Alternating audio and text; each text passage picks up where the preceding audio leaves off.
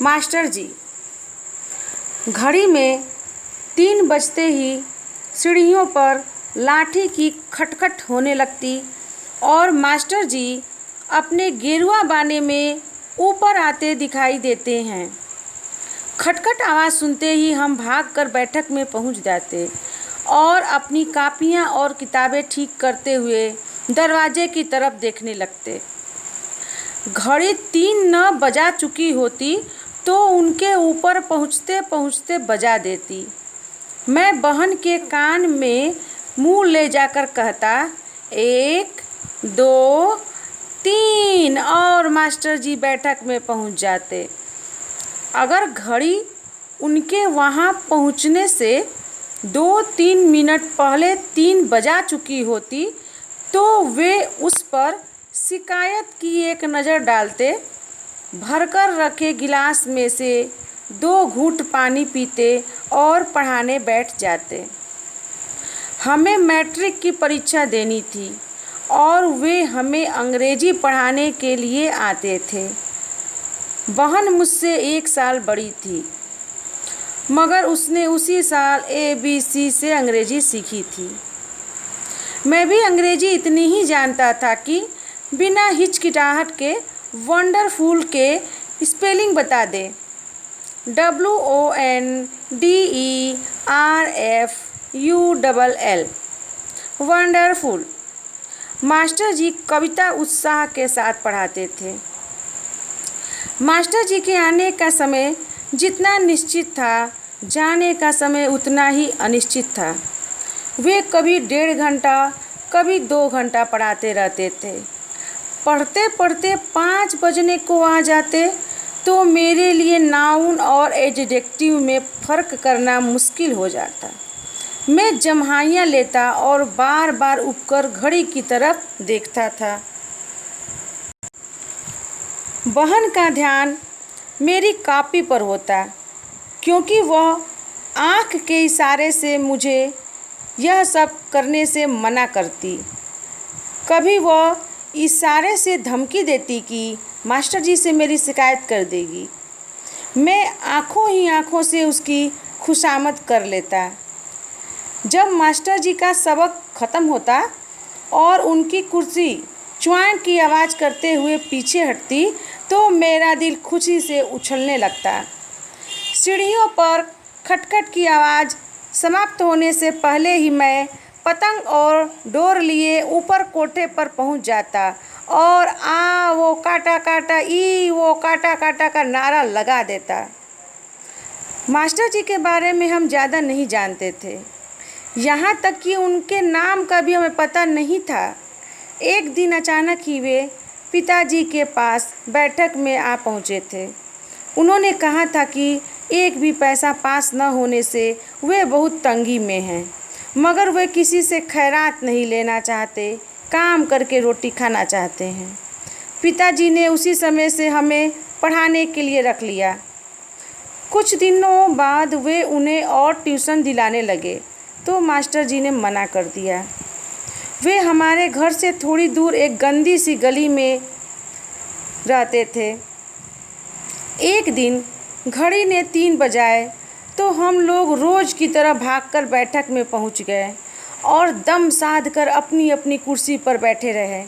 मगर काफ़ी समय गुजर जाने पर भी सीढ़ियों पर खटखट की आवाज़ सुनाई नहीं दी। 1 मिनट, 2 मिनट, 10 मिनट। हम लोगों को हैरानी हुई, साथ में खुशी भी हुई। 4 महीने में मास्टर जी ने पहली बार छुट्टी की थी। सहसा सीढ़ियों पर खटखट की आवाज़ सुनाई देने लगी, जिससे हम चौंक गए और निराश भी हुए। मास्टर जी अपने रोज़ के कपड़ों के ऊपर से एक मोटा सा कंबल लिए बैठक में पहुंच गए। मैंने देखा उनका सारा चेहरा एक बार पसीने से भीग गया और वे सिर से पांव तक कांप रहे थे। कुछ देर चुप रहे, फिर उन्होंने गिलास को छुआ मगर उठाया नहीं। उनका सिर झुककर बाहों में आ गया और कुछ देर वहीं पड़ा रहा। मैंने डरी हुई सी नज़र से बहन की तरफ देखा। मास्टर जी, आज आपकी तबीयत ठीक नहीं है, बहन ने कहा।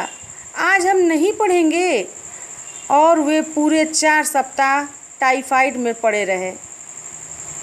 उन दिनों मेरी ड्यूटी लगाई गई थी कि मैं उनकी कोठरी में जाकर उन्हें सूप वगैरह दे आया करूं। वैद्य जी के पास जाकर दवाई वाई भी मुझे लेनी पड़ती थी।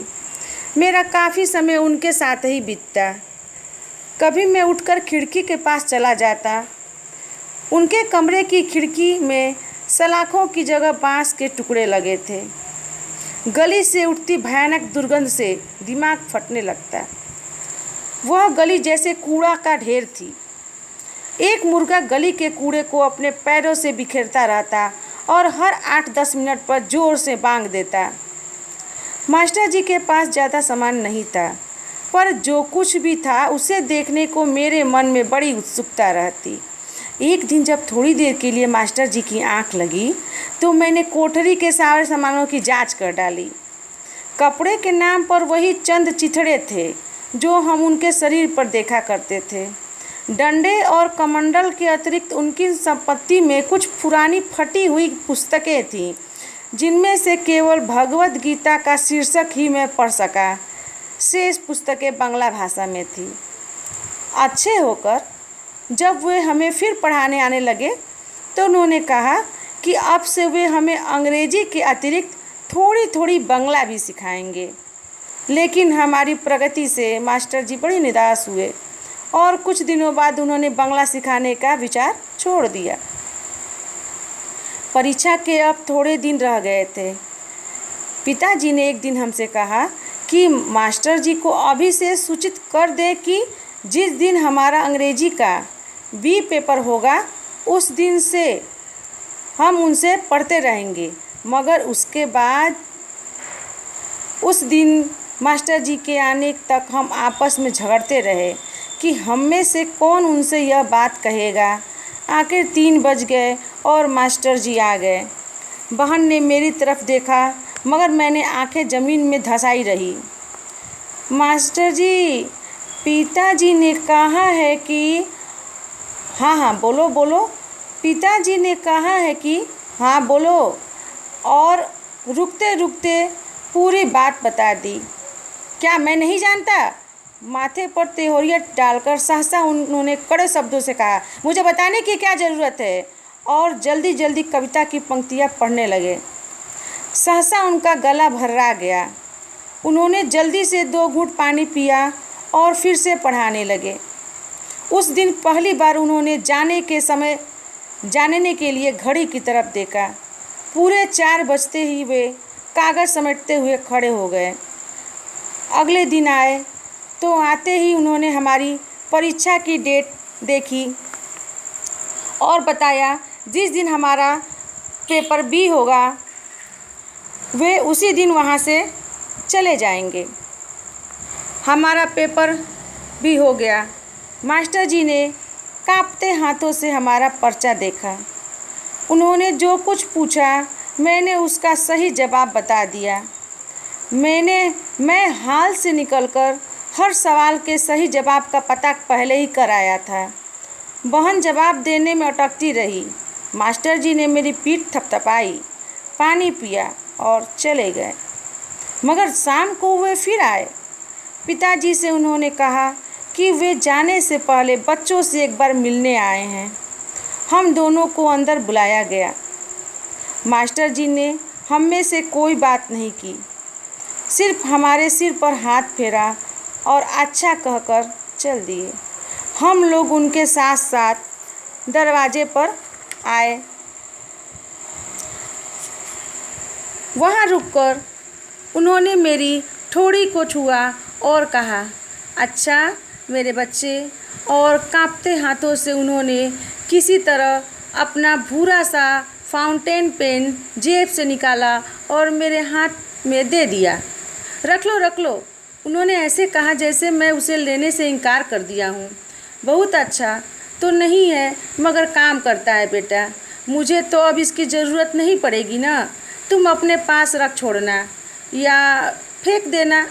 उनकी आंखें भर आई थी, इसलिए उन्होंने मुस्कुराने का प्रयत्न किया और मेरा कंधा थपथपाकर खटखट कर चिड़िया उतर गए। बहन स्पर्धा करती हुई दृष्टि से मेरे हाथ से उस फाउंटेन पेन को देख रही थी।